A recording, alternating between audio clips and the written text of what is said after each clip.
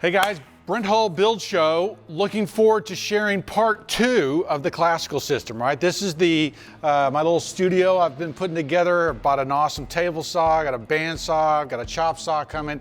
I'm gonna be making things in here and I'm really excited about this space, right? This is an old 1921 warehouse. I built this wall where I can nail moldings up on the wall and actually show you how to do this over the coming weeks and months. But today's part 2. Come join me, got a ton to share.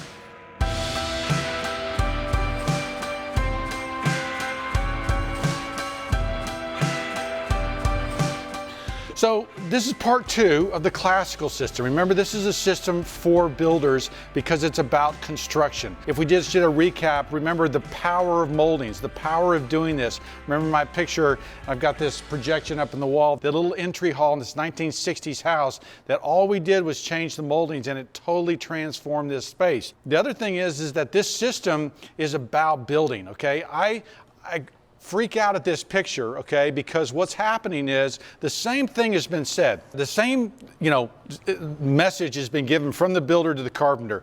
Build a mantle, right? How come 200 years ago we built this beautiful mantle, well-proportioned, scaled, crafted, and today we can't do that? So we're going to be getting into why this system works, remembering how to build beautifully. Remember, this is a system about proportion, about scale, about beauty, right? And because it's based on the human scale, we naturally understand it. There's 3 parts of this system, and you see I've got the Doric order over here in 3 sizes, 8, 9, and 10 foot. And we're going to actually be breaking out that, looking at how to lay out a room today, right? Looking at how moldings work in a room. That'll be the last part of today's video. But we've got 3 parts. We've got the pedestal, we've got the column, and we've got the entablature, okay? Remember, there's 3 parts of each, right? In the entablature, there's the architrave, okay, which is where door casings and things like that come from. We've got the frieze, and then we've got the cornice. Now, all of these things that we use today are based on this classical system.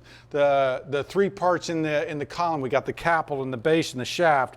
And here we've got the surbase, the base, and the dado, right? So we've got 3 different sections of each deal. 3 becomes this magical number, but we're going to dig into this today and we're going to learn a ton. I really have to start with a history lesson because where we are right now, okay, classicism really falls apart as an architecturally favored system in the 30s and 40s as modernism begins to take over.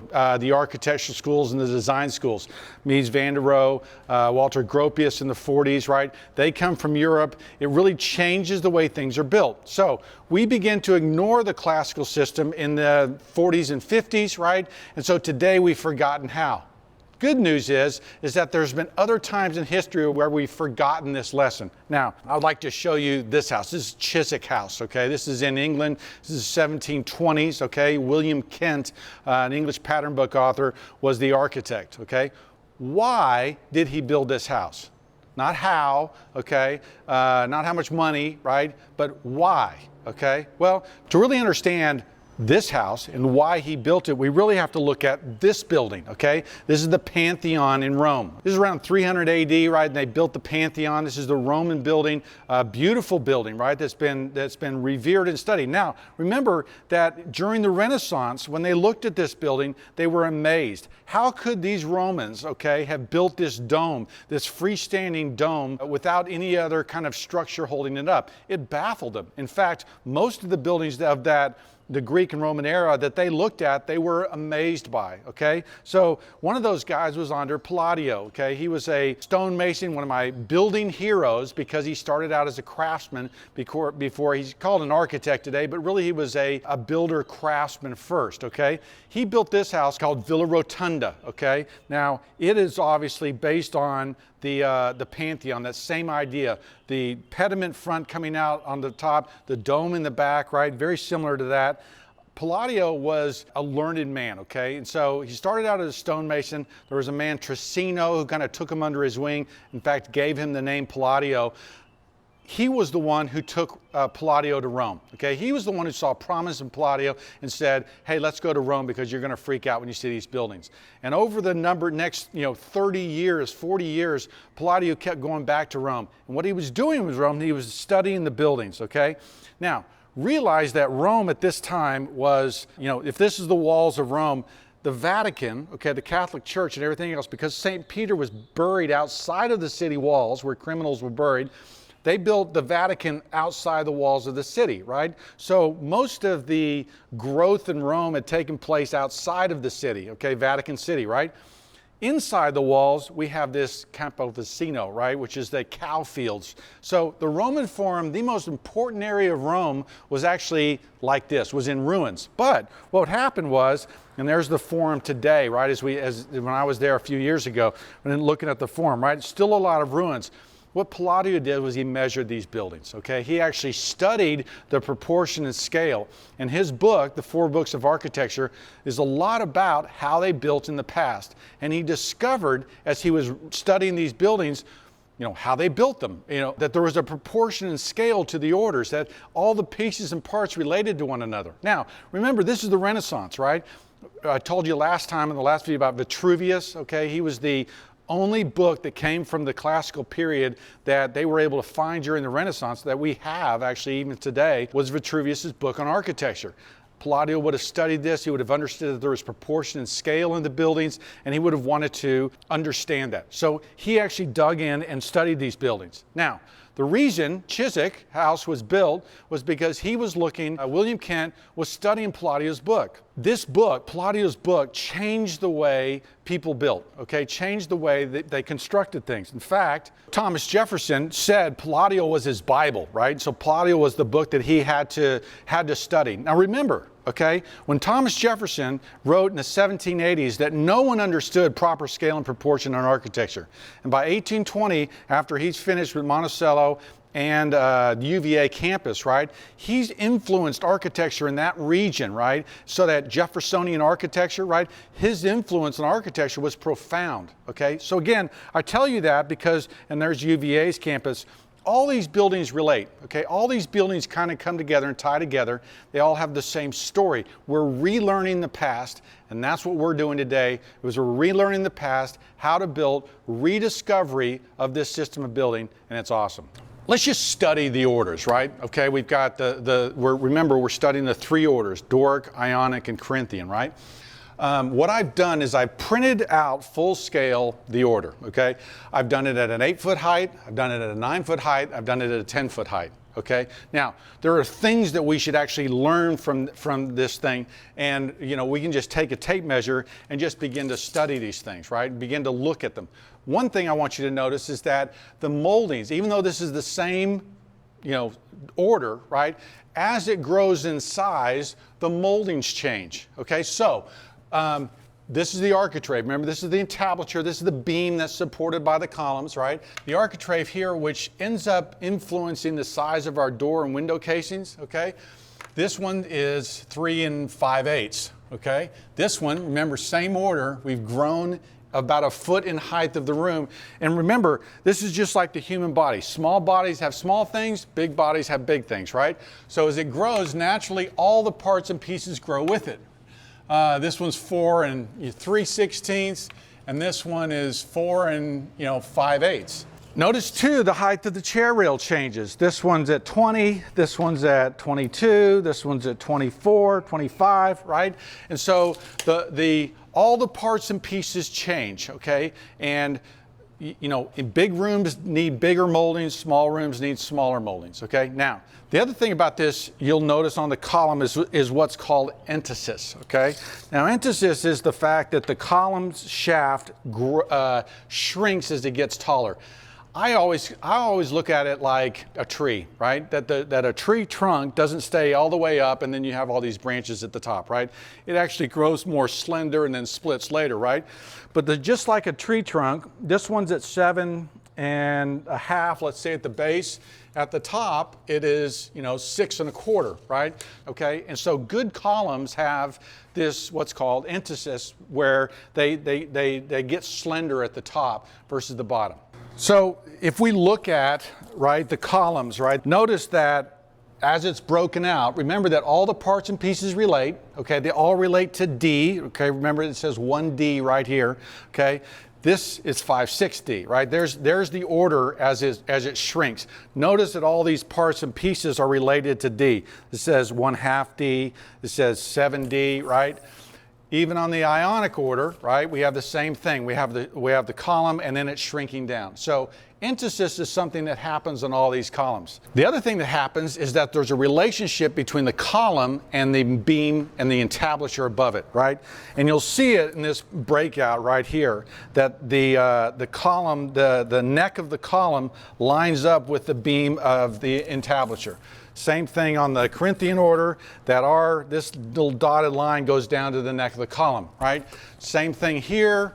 You're seeing that this neck line right here lines up with this beam. Now, part of the perfection of this system is that there is this relationship, right? That they looked at these things for so long, they looked and built these buildings so carefully that they found better ways of doing it. So when we build silly things and don't do it right, it doesn't look right because they've perfected it, right? So there's no point in reinventing it.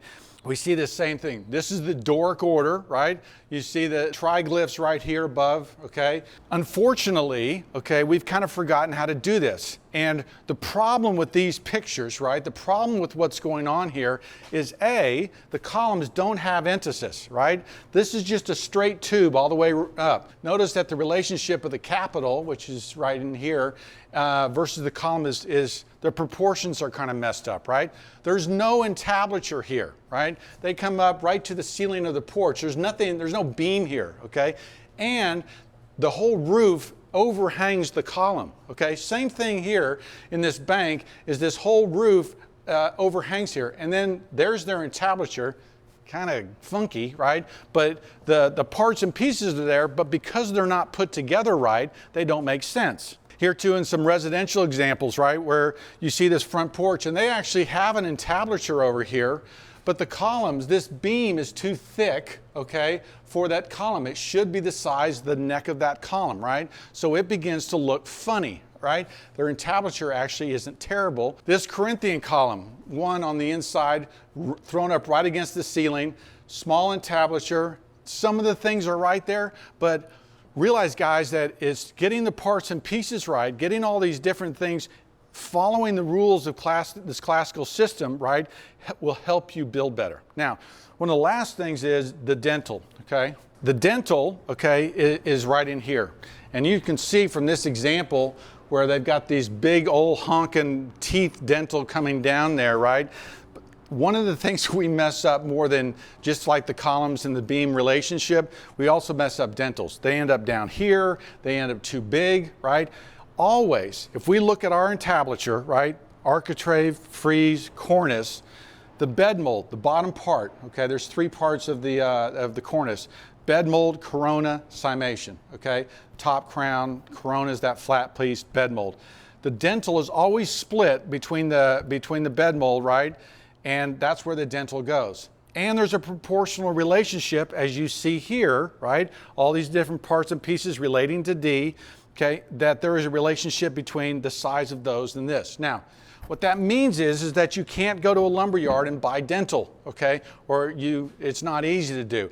We end up making our own because they're just not available off the shelf. So when you end up taking a 1x4 or 1x6 and cutting teeth out of it, right, you're not building dentils right? You're introducing things that can make your work look unsophisticated, right? Unlearned, right? You're just practicing things that a country builder would do. So remember, right, there are just a few things that if you watch this video and do, two things, right? Three things. Stop making big, ugly dentils, right? You know where they belong. They belong in the bed mold, right? And there's a relationship, a size relationship related to those. They're thicker and bigger than just cutting a 1x4 or 1x2 or whatever you're going to do there. Get the dentil right, put it in the right place, okay? Get the columns with entasis. Don't get straight shafts, right? That entasis starts a third of the way up the column and then it slowly tapers in, right? Get the beam right. And here's a Doric capital, right? Notice that my beam is here, okay? My beam is sitting out and I measured this capital and kind of where it is in the neck. it sits right there. So you're going to have overhang. And sometimes what we hear from clients is, well, I don't like that overhang, or I don't want that thing sticking out. Tough, okay? That's where it belongs. That's the way it's going to make it look right. And so, guys, it's taken me 10 years to figure all this stuff out, right? It's taken me a long time to figure out how these parts and pieces go together. But reason I get excited about it, and the reason I think it's important, is because I've done it the wrong way, and then I understand the rules, and I start to do it the right way, and my work is transformed, right? It is better work, it's more beautiful work when you copy the past. It's like if you're gonna make cordon bleu, right? There's a lot of ways you can do it, okay? But there's a French tradition and a French way of doing it with the butter and the right ways of doing it.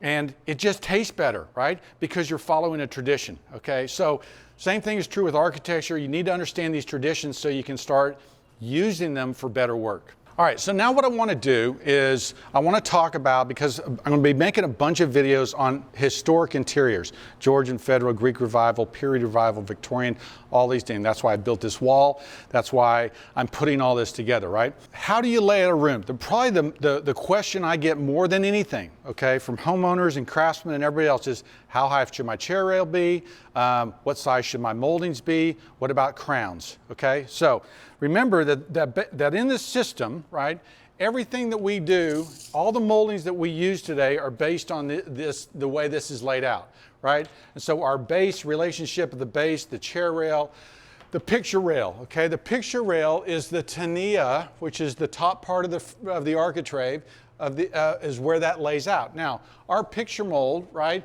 and you'll see it in Victorian rooms where the picture mold will hang down from the ceiling this far, okay? And you'll see it in bungalows where it only hangs down this far, right? What's going on there, right? It's a proportional tool that's used up and down in these rooms, right? And the crown and the cornice, right? When I designed the moldings for Kuchen and Windsor, right, Windsor 1, those guys get it. They understand kind of why these things need to go this way. And the reason we created a 4-part crown like this is because that's based on the classical system. We'll get into that. Now, when we lay out a room, okay, and again, remember, guys, that all this comes from the ICAA, or a lot of it. There's some great books I recommended in my last video as far as understanding the classical system, right? But most of the stuff that you're reading right here is ICAA stuff. It's a group you need to join. You need to understand how this works, right? But all of these, whether in the Doric, Ionic, or Corinthian, okay, they break out the room in 5 parts. See this? 5 parts, 5 parts, 5 parts, okay? So let's break out a room. Let's lay out a room of how it goes, right? And so you'll see that this is the Corinthian order, 1, 2, 3, 4, 5. That upper 5th section is your entablature, okay? Same thing here, okay? It's broken into 5 parts. So we're going to use that system to break in and look at these rooms and how to lay it out. We're going to lay out the system really quick. We've talked about the 5 parts, right, and establishing the height of your entablature. I'm going to show you one trick as we wrap up this video, because we're going to dive into this a lot more in future videos. But I just want to show you how it lays out in a room. Now, people will call me and say, you know, what size should my moldings be? How should all this work? I'm going to show you why the classical system doesn't really work for 8-foot buildings, okay, 8-foot rooms, okay, because it was never designed for an 8-foot room, and the 8-foot room is a product of the 40s, 50s, and 60s, maybe even in the 70s, right? My house is a 8-foot room, it's 1962, right? It just doesn't work. So I'll show you why. Now, this is 8 foot, right? I've drawn that system there. There's 8 foot tall, right? 6'8" doors right here. Okay, I've already pre-measured that. Right, there's your door down here. Your door casing is right there. Now, we know the size of that because we've measured off our system right here, and it's about 3 5/8, okay? So the door casing is 3 5/8, right? Now, we've got our door casing, and there's only about 11 inches left. But we know the full entablature is about 15 inches, right? In other words, there's no room to wrap this room with an entablature. It would feel incredibly heavy. It'd feel like there's too much going on in here. The scale of that room doesn't allow you to use this system, okay? So in an 8-foot room, I typically am only doing the crown, okay? Maybe in a dining room we'd do 2 parts, but typically I am, right, only doing a crown. and might maybe do a base underneath it if I wanted to do just a little bead or something underneath it, right? Maybe bring it down 4 inches, right? I'm not coming down very far, right? If I wanted to highlight an opening that was very important, I might tie the casing and the crown together, right? But it'd have to be an important opening. So that's the reason it doesn't work. Now, what I'll do real quick is I'm going to grab this 10-foot ceiling, 9-foot ceiling, and talk about how these moldings should work and how it should come together. Let's say you've got a 10-foot room, okay? The first thing you do when you're laying it out is you're measuring, the height of the room, figuring out how tall it is. Let's assume it's 10 feet, which is, right there, right in line with this 10-foot system I built, okay? To divide it into 5s, okay, remember it's divided into 5 parts, we know that our entablature should be 2 feet. Well, it's not, it's 18 inches. Why? Because what we've done is we've introduced a pedestal, okay? So now that my pedestal is here, this is the 2-foot section, right? So the 5 parts, this is 2 foot. Now what I'm going to do is I'm going to measure 5 parts, I'm going to divide this back into 5 parts. And so I should be right at 8 feet, right? And 1/5 of 8 is 19 inches. So what they've done is when they introduced the pedestal, if this column went right down to the ground and there was no pedestal, there's no chair rail, there's no wainscot in the room, then our entablature would actually get bigger, okay? It would be 2 feet. It would come down the wall 2 feet. Now that's pretty far down the wall, right? That's right there. That's 2 feet. That's a honking crown, right? That is a big entablature to wrap the room. So you're kind of managing it by the feel, right? How elaborate the home is, how high style the room is. You're trying to figure that stuff out. So you're going to actually lay this out now with the chair rail at 2 feet. Notice my crown and my cornice comes down about 5 or 6 inches. So my crown in a 10-foot room, right, is only coming down from this point. There's the 3 parts, and then there's a bed mold, right? So this is my cornice, this is my cyma, this is my corona, this is my bed mold, right? You're familiar with that term bed mold, right? So, and this is where the dentil would go, right between those 2 moldings. That's only 5 or 6 inches. So if you're buying a 4.5 or 4 1/4 crown, right, you're probably buying a crown that's too big for that room, right? Because this crown is only about 2.5 inches, right? So even though the whole thing is 6, right, it's a smaller molding. So I want you to get used to and understand the scale and the sizings of these moldings, right, so that you can build prettier rooms. Don't put a big 4.5 inch crown in there because it's probably too big. Break it up into more sections, it's going to look prettier. So we've got our chair rail, and I know you guys are screaming and going, but the chair rail at 2 foot, I can't put a wainscot in there, it's 2 foot. Yes, you can, okay? I'm usually telling people that my chair rail is between 28 and 32 inches. Realize that as the pattern book authors of the Renaissance, the Enlightenment were putting things together, the chair rail was moving for them as well, okay? And it should move and organize the room. So the height of your windowsill should be lined up with the chair rail. That's kind of a standard in the system in traditional houses, is that the wainscot will line up here. That means your windows are going to come down to around 30 inches. They're not going to be up high.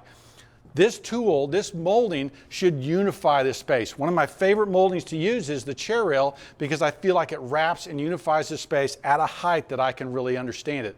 If we go back to that 8-foot room and you start talking about, I mean, this chair rail is 20 inches tall, right? And I know you guys the 3-foot guys are screaming out there, yeah, the chair rail has to be 3 feet. But if my ceiling's only this far high and I come up 3 feet, right, in here, I'm really messing with the proportions. Now, there's an idea that we're going to study later called punctuation, which is a mathematical ratio of 1 to 5, 1 to 6, 1 to 7, right? This is punctuating the wall, okay? And if you bring it up this high, you're almost dividing the wall in half, right? Another foot, you'd be dividing it in half. You don't get the same scale and proportion that way. All right, too much stuff going on, too many things to learn. Awesome stuff. This is part 2, okay? We'll have a part 3. Maybe have to do a part 4 because there's so many things. We'll start laying out rooms based on this system. We'll start looking at historical precedent to understand this better. Now listen, if you want to see more of this stuff, you want to see how we're prepping and doing stuff, you really should follow me on Instagram, Hull Millwork, Hull Homes. Be sure to follow me there because you'll see a lot of the inside stuff between these videos of what we're doing. Number 2, I want to thank my sponsors, Kukin Lumber, Windsor One, Chadsworth Columns, Decorator Supply. These guys really get and understand the classical system. You got to buy from them because you're going to be able to have conversations with them about chair rail and molding sizes and everything else that makes sense. I'm Brent Hull. Thanks for watching me. See you next time.